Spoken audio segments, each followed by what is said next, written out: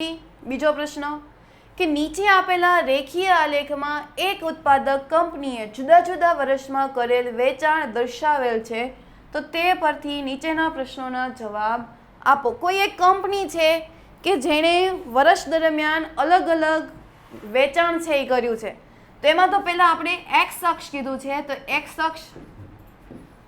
અક્ષ ઉપર જો તમને વર્ષ આપેલા છે અને વાય અક્ષ ઉપર શું આપેલું છે, તો કે વેચાણ આપેલું છે, જે શેમાં છે, તો કે કરોડોમાં છે એ વેચાણ. તો એમાં પહેલો પ્રશ્ન છે કે 2002 અને 2006માં કેટલું વેચાણ કર્યું. આ કરોડમાં છે એટલે આને શું વંચાશે? 2 કરોડ, 4 કરોડ, 6 કરોડ, 8 કરોડ, 10 કરોડ, 12 કરોડ. બરાબર. વાય અક્ષ આખું શેમાં છે? કરોડમાં છે, કે જે વેચાણનું દર્શાવે છે. તો 2002 છે, તો 2002માં કેટલું વેચાણ કર્યું જોવો જોઈએ. 2002માં એણે કેટલું વેચાણ કર્યું? તો આ 2002 એનો પોઈન્ટ અહીંયા આવે છે, તો કેટલું વેચાણ કર્યું? 4. તો 2002માં 4 કરોડનું વેચાણ થયું. એના પછી તો કે 2006માં, તો 2006માં આલેખમાંથી જોઈને જ કરવાનું છે. જોવો જોઈએ, પરીક્ષામાં આવી રીતે કરવાનું હો, એટલે ભૂલ ના પડે. તો કેટલું થયું ત્યાં? 8 કરોડ. તો લખો ત્યાં કે 2006માં 8 કરોડનું વેચાણ થયું. બરાબર. ચલો એના પછી બી 2003 અને 2005માં કેટલું વેચાણ થયું? 2003ની વાત થાય છે, તો જુઓ 2003 એનો ગ્રાફ અહીંયા આવે છે. તો આ જે પોઈન્ટ આવ્યું એમાં કેટલું હોય? તો કે 6.5 થી લઈને 7 કરોડ સુધીનું. નહીં, 6 પછી 7 આવશે ને. 6 પછી શું આવે? જો અહીંયા આ 1 પછી 2 બોક્સ આવ્યું, પછી આ જે લીટી છે એ 3, તો પછીની જે લીટી છે એ તો 4 જ છે, પછીની જે લીટી જે બોક્સ છે નાનું અમથું એ 5. તો તમને એ જ કીધું છે કે 2003, તો 2003 એટલે પોઈન્ટ અહીંયા આવ્યો, તો એની સામેનું કયું આવ્યું? તો કે આવડું આ 7. તો કેટલું વેચાણ થયું 2003માં? તો કે વર્ષ 2003માં 7 કરોડનું વેચાણ થયું હતું. તો 2005માં વર્ષ 2005માં, તો 2005નું જોવાનું. તો 2005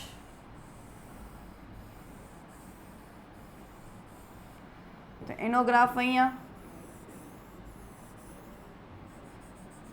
કેટલું વેચાણ થયું? 10. તો કે 10 કરોડનું વેચાણ થયું.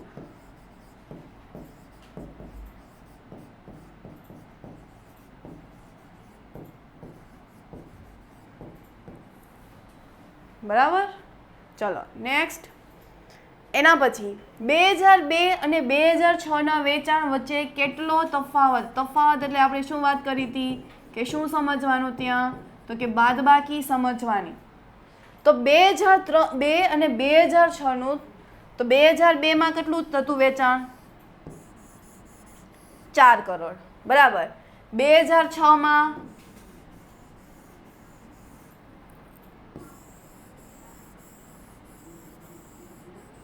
તો કે 8 કરોડ. તો એ બંનેની શું કરવાની? બાદબાકી. તો કે 2002નું વર્ષ માઇનસ 2006નું વર્ષ. આપણે વેચાણનું તફાવત લેવાનો છે. તો 2002માં 4 કરોડ માઇનસ 2006માં 8.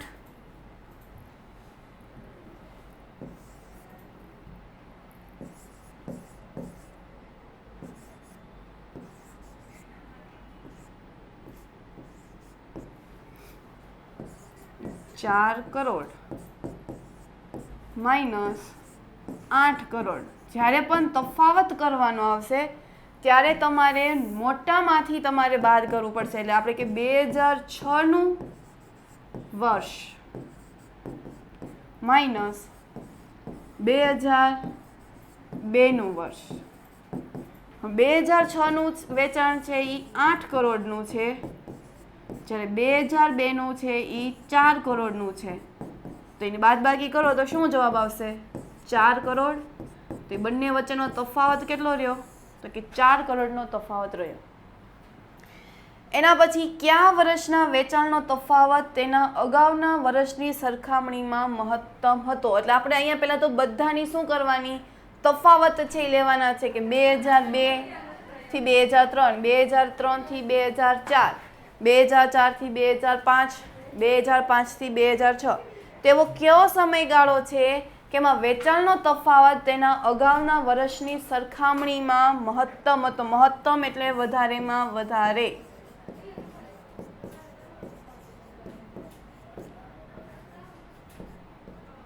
વધારેમાં વધારે. તેવો કયો સમયગાળો હતો? તો તમે અહીંયા જુઓ, આ જે સમયગાળો હતો 2003માં 7, 2004માં 6. એવી જ રીતે હજી એક સમયગાળો એવો છે કે જ્યાં સમાન છે.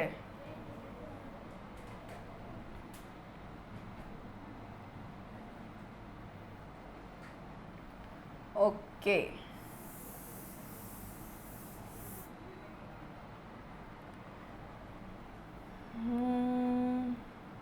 આપણે જો 2002 અને 2003ની વાત કરીએ તો આમાં 3નો તફાવત રહ્યો છે. 2002 થી લઈને 2003નો જો આપણે લેતા હોઈએ તો એમાં 3નો હશે. તો એના પછીનો જે તફાવત છે એ, તો આ બંનેની જો આપણે વાત કરીએ 8 અને 10, તો એમાં તફાવત 2 રહ્યો.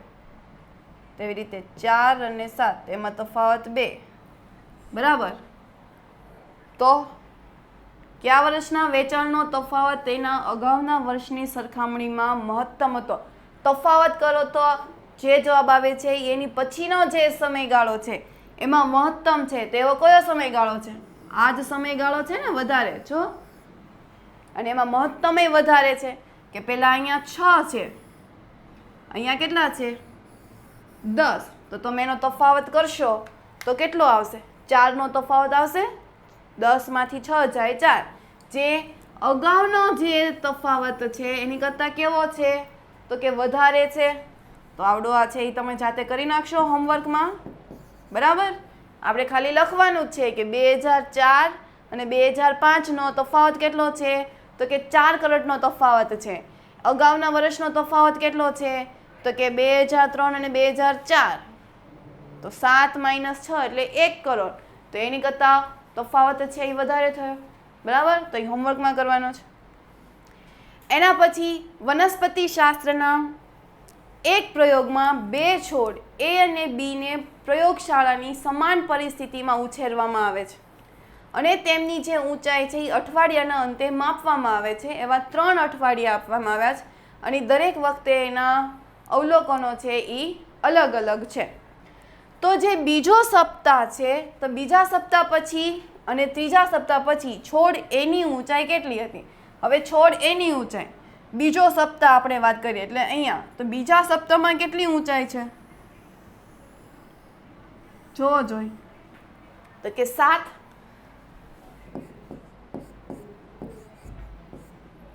બે સપ્તાહ પછી છોડ એની ઊંચાઈ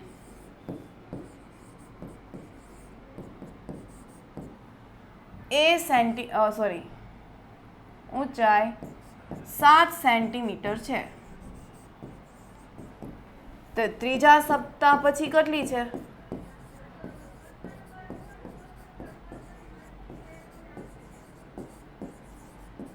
છોડ એની ઊંચાઈ. તો ત્રીજા સપ્તાહમાં ક્યાં આવી? છોડ એ એટલે આવડું આ છે.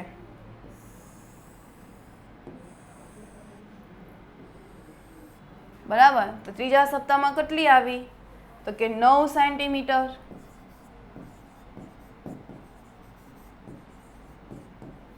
ખ્યાલ આવ્યો? ચલો એના પછી હવે 2 સપ્તાહ પછી અને 3 સપ્તાહ પછી બી છોડની ઊંચાઈ, પહેલા આપણે એની કરી હતી, હવે બીની. તો 2 સપ્તાહ પછી 2 સપ્તાહ પછી છોડ એની ઊંચાઈ પણ કેટલી છે? અહીંયા 7 જ તે. તો 7 સેમી છે. આકૃતિમાં જોતું જવાનું અને લખતું જવાનું, વર્ણન જ છે, બીજું કશું નથી. તો 3 સપ્તાહ પછી, તો ત્રીજા સપ્તાહ પછી જુઓ તો કેટલું આવ્યું એનું? 10. જો અહીંયા, તો આ ત્રીજો જે કેટલું છે? તો કે 10 સેન્ટીમીટર. ખ્યાલ આવ્યો? ચલો એના પછી હવે તો કે ત્રીજા સપ્તાહ દરમિયાન છોડ એની ઊંચાઈ કેટલી હતી? ત્રીજા સપ્તાહ પછી છોડ એની ઊંચાઈ કેટલી હતી?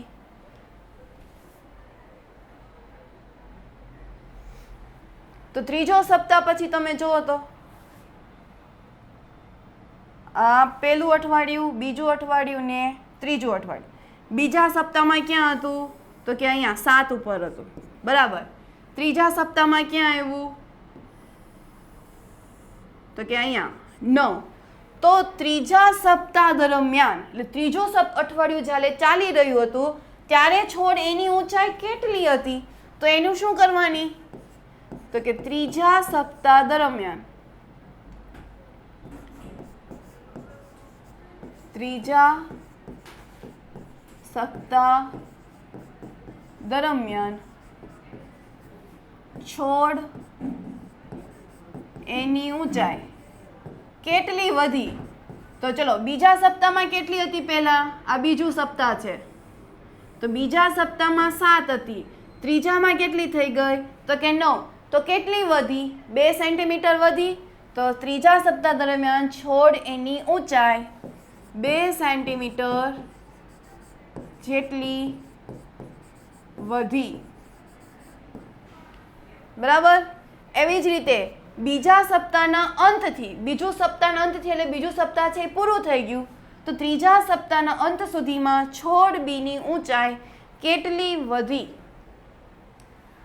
ચલો બીજા સપ્તાહના અંતથી ત્રીજા સપ્તાહના અંત સુધી.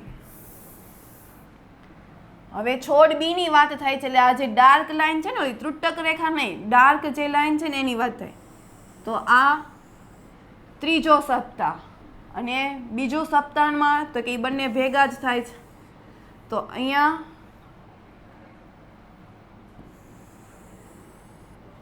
7, 6 પછી 7 ને પછીનું 8મું બોક્સ. તો ત્રીજા સપ્તાહમાં ક્યાં પહોંચ્યું હતું? 10. બીજું સપ્તાહ છે એ પૂરું થઈ ગયું હતું, તો ત્યાં 7. તો એ બંનેની શું કરવાની? તો કે બાદબાકી કરવાની. જો ફરી એક વખત રકમ સમજાવી દઉં છું. બીજા સપ્તાહના અંતથી, એટલે બીજું સપ્તાહ છે આખું પૂરું જ થઈ ગયું છે, અને ત્રીજા સપ્તાહના અંત સુધી, એટલે ત્રીજું અઠવાડિયું પૂરું થઈ જાય ત્યાં સુધી છોડ બીની ઊંચાઈ છે એ કેટલી વધી? તો બીજો સપ્તાહ, અહીંયા ત્રીજું સપ્તાહ, એની વચ્ચેની કેટલી છે એ વધી? તો કે 7માંથી 10. તો છોડ બીની ઊંચાઈ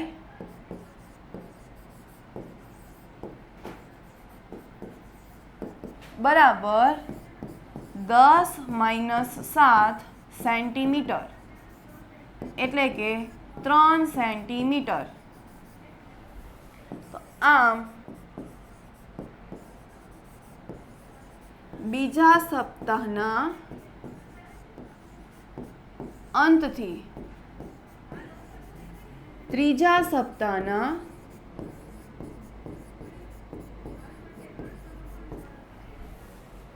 અંત સુધીમાં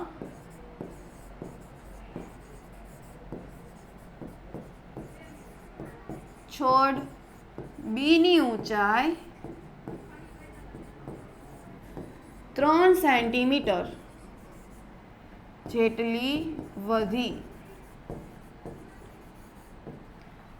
બરાબર. એના પછી કયા સપ્તાહમાં છોડ એની ઊંચાઈ સૌથી વધુ હતી? કયા સપ્તાહમાં?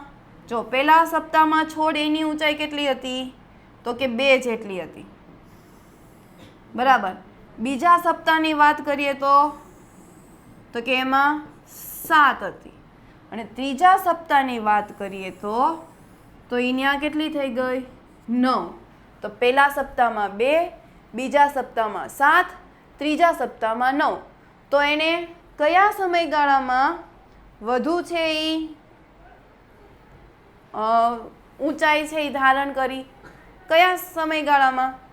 તો પહેલાથી લઈને બીજા, એટલે બીજા અઠવાડિયામાં એને સૌથી વધારે હાઈટ છે એ લીધી ને, કારણ કે અહીંયા જુઓ પહેલા સપ્તાહમાં 2 જ હતી, જ્યારે બીજા સપ્તાહમાં કેટલી થઈ ગઈ? 7. તો કયા સપ્તાહની વાત થાય છે? તો કે બીજા. તો બીજા સપ્તાહમાં છોડ એની ઊંચાઈ સૌથી વધુ વધી. બરાબર.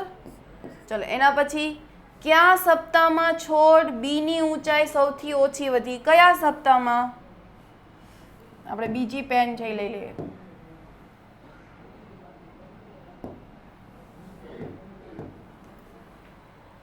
ચલો બી છોડની વાત કરીએ તો પહેલા સપ્તાહમાં તો જો એમાં કેટલું હતું?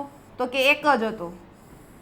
જો અહીંયા 1 આવ્યું હતું, એટલે પહેલા સપ્તાહમાં તો એને 1 સેન્ટીમીટર જેટલી જ તે ઊંચાઈ ધારણ કરી હતી.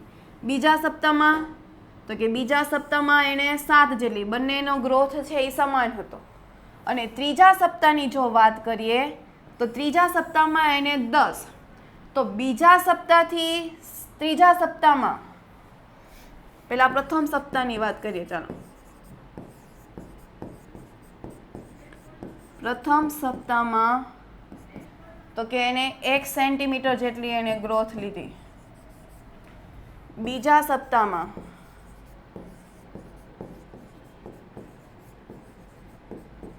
તો બીજા સપ્તાહમાં અહીંયા 1 હતું, બીજા સપ્તાહમાં કેટલું આવ્યું? 7. તો આપણે કરવું પડશે 7 - 1 એટલે 6 સેન્ટીમીટર જેટલી એની ઊંચાઈ છે એ વધી. અને ત્રીજા સપ્તાહમાં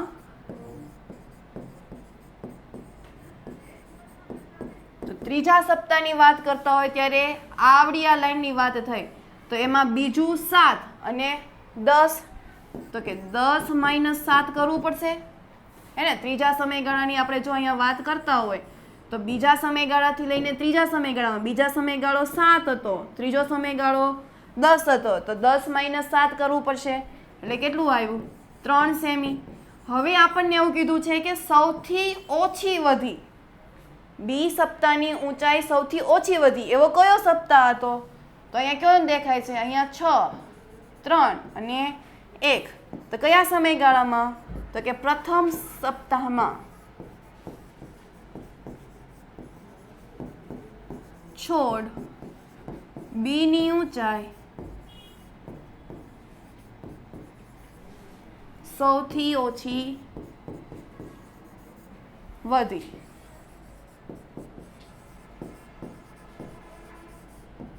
બરાબર. ચાલો એના પછી શું કોઈ એક સપ્તાહમાં બંને છોડની ઊંચાઈ સરખી હતી? એવો કેવો સમયગાળો છે કે જ્યાં બંનેની છોડની જે ઊંચાઈ છે એ સરખી હતી? તો જો અહીંયા જ તે બંનેનો ગ્રાફ છે એ ભેગો થાય છે. જો આ પોઈન્ટ પાસે હે ને. તો એ કયો સપ્તાહ હતો? બીજો. તો કે હા, બીજા સપ્તાહ દરમિયાન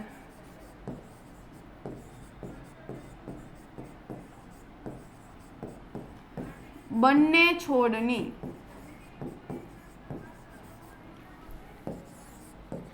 ઊંચાઈ સરખી રહી હતી.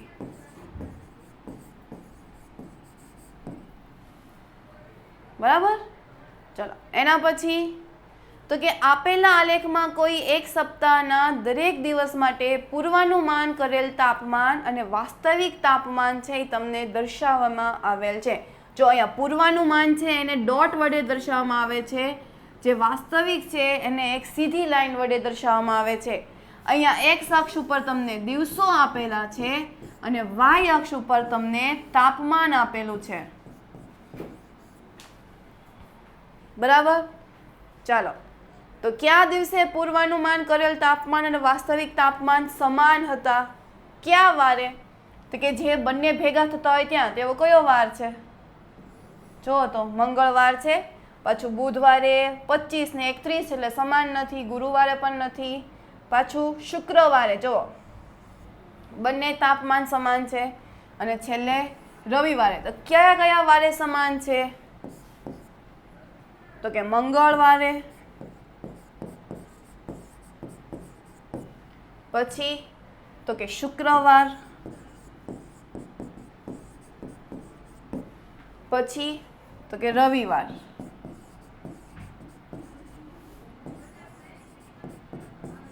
આ દિવસે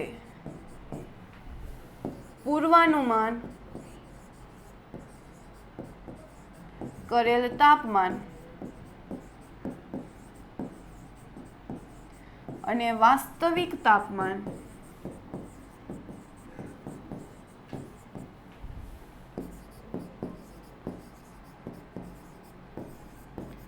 સમાન હતા. બરાબર. ચલો, એના પછી સપ્તાહ દરમિયાન પૂર્વાનુમાન કરેલ મહત્તમ તાપમાન કેટલું હતું? પૂર્વાનુમાનમાં જે મહત્તમ તાપમાન હતું એ કેટલું હતું?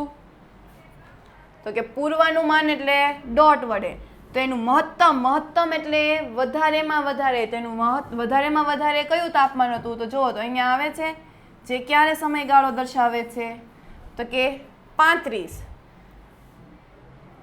તો કેટલું ડિગ્રી એનું તાપમાન હતું? 35 ડિગ્રી સેલ્સિયસ. તમારે પૂરા વાક્યમાં લખવાનું છે. બરાબર. ચલો, એના પછી સપ્તાહ દરમિયાન લઘુત્તમ વાસ્તવિક તાપમાન, લઘુત્તમ એટલે નાનામાં નાનું, તો લઘુત્તમ વાસ્તવિક એટલે ડોટ જે દર્શાવે તે. તો એવું કયું તાપમાન હતું કે જે લઘુત્તમ ધરાવે છે? વાસ્તવિક તાપમાનની વાત થાય છે. તો જુઓ તો વાસ્તવિક તાપમાન એટલે અહીંયા સીધી લાઈન છે, સીધી લાઈન એટલે કેટલામું તાપમાન દર્શાવે છે? 15. તો કેટલો જવાબ આવશે ત્યાં? 15 ડિગ્રી સેલ્સિયસ. આખા આલેખને ધ્યાનમાં રાખવાનું. બરાબર. જો તમે અહીંથી તમે જોવા જશો તો એ 16 આવે છે, પણ તો આ જે તાપમાન છે ગુરુવાર અને શુક્રવાર, તો એનું તાપમાન કેટલું છે? તો કે 15 ડિગ્રી સેલ્સિયસ. તો એનું લઘુત્તમ વાસ્તવિક તાપમાન છે થયું. એના પછી કયા દિવસે વાસ્તવિક તાપમાન અને પૂર્વાનુમાન કરેલ તાપમાન વચ્ચેનો તફાવત સૌથી વધુ હતો? બરાબર. કયા તાપમાને? તો કે ગુરુવારે. ગુરુવારે તાપમાન છે એ કેવું હતું? તો કે સૌથી વધુ હતો. કયા દિવસે વાસ્તવિક તાપમાન અને પૂર્વાનુમાન કરેલ તાપમાન વચ્ચેનો તફાવત સૌથી વધુ હતો? બરાબર. ખ્યાલ આવ્યો કયાની વાત થાય છે? કયા દિવસે? તો કે ગુરુવારે. જો કેવી રીતે? તો કે ગુરુવારે જો પેલા વાસ્તવિક તાપમાન કેટલું છે? 15 છે ને અહીંયા, અને પૂર્વાનુમાન છે એ ક્યારે છે? તો કે 20. 5, 10, 15, 20 વચ્ચેનું જે તાપમાન છે ને 20 અને 25ની વચ્ચે આવશે, એટલે કે આપણે અટકળે ધારી લઈએ કે તે 22 કે 24 સમથિંગ જે થાય છે. તો એનો જે સમયગાળો છે એ કેવો છે? તો કે સૌથી વધારે છે. પછીનામાં જો એટલો બધો ફેર થતો નથી ક્યાંય પણ. જુઓ તમે, તો કયા દિવસોની વાત કરી? તો કે ગુરુવારે તાપમાન છે એ સૌથી વધારે છે. બરાબર.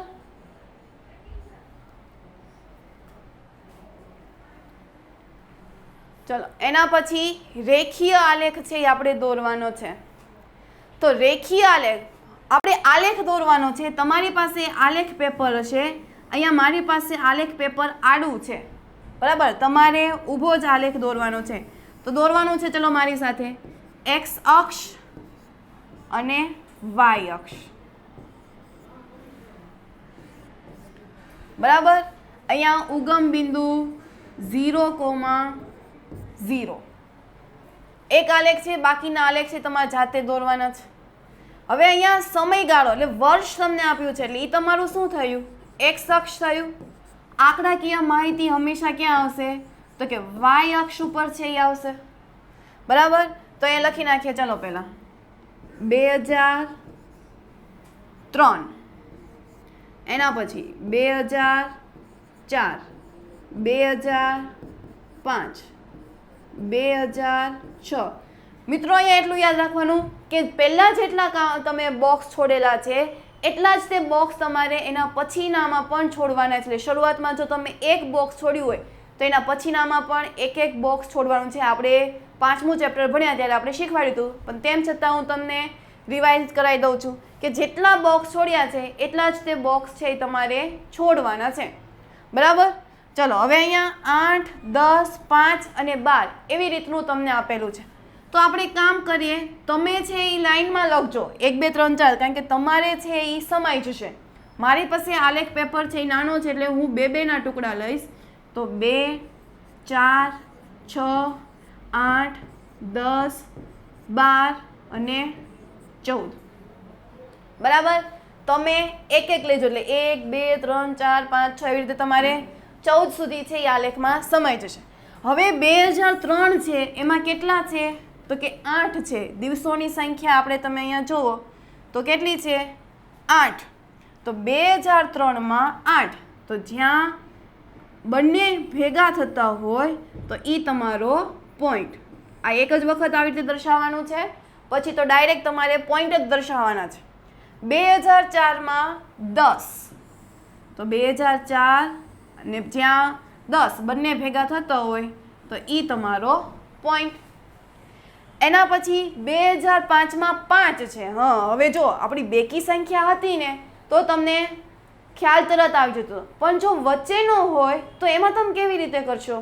તો ત્યારે શું કરવાનું? તમારી પાસે જો તમે 1, 2, 3, 4, 5 એવું લીધું હશે એટલે તમને કોઈ પ્રોબ્લેમ થશે નહીં. અહીંયા હું 2.5 સોરી 5 છે. 2005માં કેટલા છે? 5 દિવસોની સંખ્યા છે. તો 2005 અને 5 એટલે ક્યાં આવશે? તો કે 6 અને 4ની વચ્ચે આવે. તો એ મારો પોઈન્ટ થઈ ગયો. 2006માં કેટલા છે? 12 છે. તો 2006માં 12 એટલે 12 અને 2006 બંને આવી રીતે ભેગા થતા હોય એ મારો પોઈન્ટ થઈ ગયો. તો આ મેં આલેખ પેપરમાં છે એ દર્શાવી દીધું. બરાબર. તો હવે એના પછીનો જે આલેખ છે એ તમારે જાતે હોમવર્કમાં કરવાનું છે. એક જ આલેખમાં તમારે 2 આલેખ છે એ દોરવા પડશે. એટલે એક આલેખને તમારે ડોટ ડોટ વડે દર્શાવવાનું આવશે, જ્યારે બીજો જે આલેખ છે એને સીધી લાઈન વડે. તમે જુઓ આવી રીતનો તમારો આલેખ છે એ બનશે. આમાં એક જ આલેખમાં 2 આલેખ થયા. બરાબર. તો એના પછીનો પ્રશ્ન છે એ પણ તમારે હોમવર્કમાં કરવાનો છે. આલેખ ઉપરથી જોઈને જ કહેવાનું છે. અહીંયા તમને કીધું છે કે એક્સ અક્ષ પર સમય દર્શાવવા માટે શું પ્રમાણમાં લેવામાં આવ્યું છે. એક્સ અક્ષ કોને પહેલાં કહેવાય? તો કે અહીંયા. બરાબર. તો એ એક્સ અક્ષ. હવે 8 થી 9 તો એક્સ અક્ષમાં કેટલા સમયગાળો છે લેવામાં આવ્યો છે તેનું પ્રમાણમાપ તમારે લેવાનું છે. એટલે આ દાખલો પણ તમારે હોમવર્કમાં કરવાનો છે. ક્લિયર થયું? તો અહીંયા આપણે આજનો લેક્ચર છે પૂરો કરીએ છીએ. પછીના જે દાખલાઓ છે એ આપણે બીજા લેક્ચરમાં છે એ જોઈશું. Thank you.